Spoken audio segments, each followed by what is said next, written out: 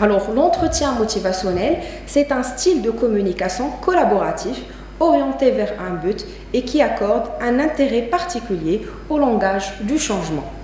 Il se donne pour but de renforcer l'alliance thérapeutique et l'observance du traitement.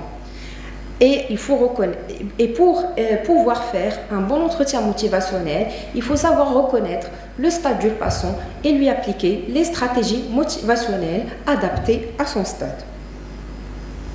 Donc l'intervention motivationnelle brève peut être utilisée de façon isolée lors d'une consultation ou d'un soin et nécessite un temps de 5 à 20 minutes. Et l'entretien motivationnel, il est réalisé plutôt de manière récurrente pour accompagner la personne dans son processus de changement et nécessite un temps de 20 à 30 minutes. Alors les deux méthodes sont fondées sur un accompagnement empathique et bienveillant de la personne visant à faire émerger un discours puis une action de changement en renforçant le sentiment d'efficacité personnelle. L'entretien motivationnel se base sur 4 valeurs principales. D'abord, vous avez partenariat pour signifier que le patient et son soignant sont 2 partenaires du projet de soins. Vous avez ensuite l'autonomie pour signifier que le patient est autonome et doit être encouragé et aidé pour le devenir encore plus. Vous avez la liberté et la responsabilité de la personne, c'est-à-dire pour dire que le patient est libre de prendre les décisions qui le concernent et d'en assumer les conséquences. Et bien sûr, le non-jugement qui est le fondement de toute pratique médicale et pas uniquement face au tabac. Alors, les 4 outils sont regroupés sous l'acronyme OUVERT pour questions ouvertes, valorisation, écoute réflexive, résumé, reformulation. Donc, poser des questions ouvertes aux patients laisse une grande liberté d'élaboration, ce qui l'amène à dire ce qui lui apparaît important à ses yeux et à être plus actif dans la consultation.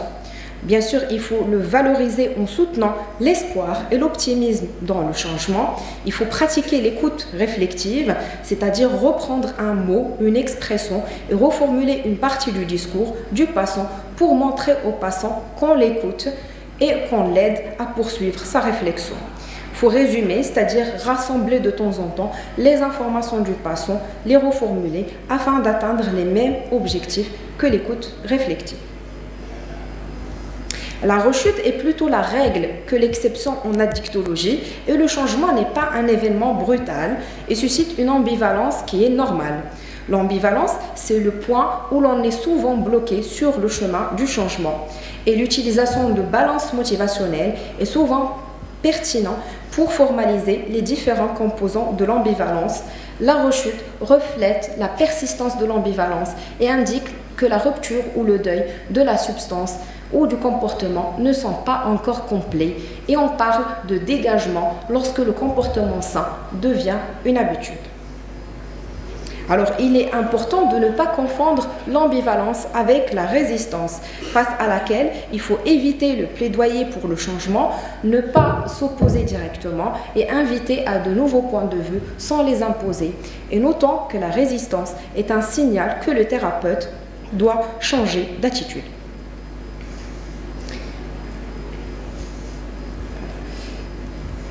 Grâce à cet exercice de balance motivationnelle, la personne qui souhaite entreprendre un changement peut visualiser clairement la vie qu'elle pourrait bâtir si elle ne vivait plus les conséquences négatives de sa consommation. Bien sûr, il appartient à chaque personne de dresser sa propre liste d'avantages et d'inconvénients qui peuvent être différents de ceux présentés ci-dessous dans ces tableaux. Alors, l'objectif visé peut aussi être différent en fonction des patients qui veulent utiliser la balance motivationnelle pour arrêter de consommer et d'autres qui veulent l'utiliser pour réduire la consommation. Alors, le modèle transthéorique du changement, c'est une théorie de changement comportemental qui est basée sur des étapes. Il suppose que les fumeurs passent par une série d'étapes de motivation avant de s'occuper de leur sevrage tabagique.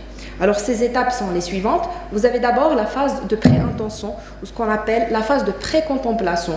Dans ce cas-là, le sujet fumeur n'a aucune pensée de sevrage tabagique. La deuxième phase, c'est la phase de l'intention. dans laquelle le patient y pense à arrêter de fumer. Ensuite, la phase de préparation ou de prise de décision. Dans ce cas-là, il planifie l'arrêt de fumer. La phase de l'action où il est activement engagé dans le changement et la phase de maintien ou de liberté où il fait des changements mais reconnaît qu'il doit demeurer vigilant en cas de rechute. La progression n'est pas forcément linéaire. Ça peut monter, ça peut descendre, ça peut stagner, ça peut remonter, restagner, etc. Et on peut donc revenir à une décision, revenir à une action, revenir à un maintien. La finalité, c'est d'obtenir de bons résultats. Alors ce tableau illustre quelques exemples de discours selon le stade du patient. Et chaque stade doit être évalué et respecté et la motivation du sujet, elle est toujours améliorable. Par exemple, lors du stade de pré-contemplation, le patient peut vous dire « Je fume, mais de toute façon, je ne crois pas au cancer ». Lorsqu'il passe à la phase de contemplation, il peut vous dire « Je sais que je fume trop, mais je ne vais pas changer mon seul plaisir dans la vie ». Lors de la phase de préparation, il peut vous dire « J'ai décidé de me soigner ». Lors de l'action « C'est mauvais pour moi, j'ai décidé de changer, j'ai arrêté de fumer depuis 2 jours ». Et à la phase de maintenance, je continue les efforts et je m'affirme pour éviter la rechute. Alors, les techniques motivationnelles doivent s'adapter également au stade du patient. Lorsqu'on a un patient qui est au stade de pré-contemplation, l'idée est de faire percevoir les risques et les problèmes et de faire apparaître un doute. Il faut amener les bonnes informations sur un plateau au patient, mais sans essayer de le convaincre d'arrêter. Le rapport doit rester collaboratif et l'attitude du thérapeute empathique, chaleureuse et authentique. Lors de la phase de contemplation, il faut faire l'exploration de l'ambivalence, de la dissonance cognitive qui peut exister. Il faut lister toutes les possibilités, l'éventail des raisons positives et négatives à changer ou à ne pas changer. Et parfois, le patient trouve la motivation par la perception de l'écart qui existe entre la situation actuelle et son idéal. Lors de la phase de préparation, il faut proposer des stratégies de changement, renforcer le sentiment d'efficacité personnelle, car tout changement implique forcément une certaine souffrance. Lors de l'action, il faut mettre en place un accompagnement, renforcer encore le patient et se focaliser sur le positif et lui apprendre à s'auto-renforcer. Lors de la maintenance, il faut anticiper toutes les situations pièges ou à risque, les pensées permissives également.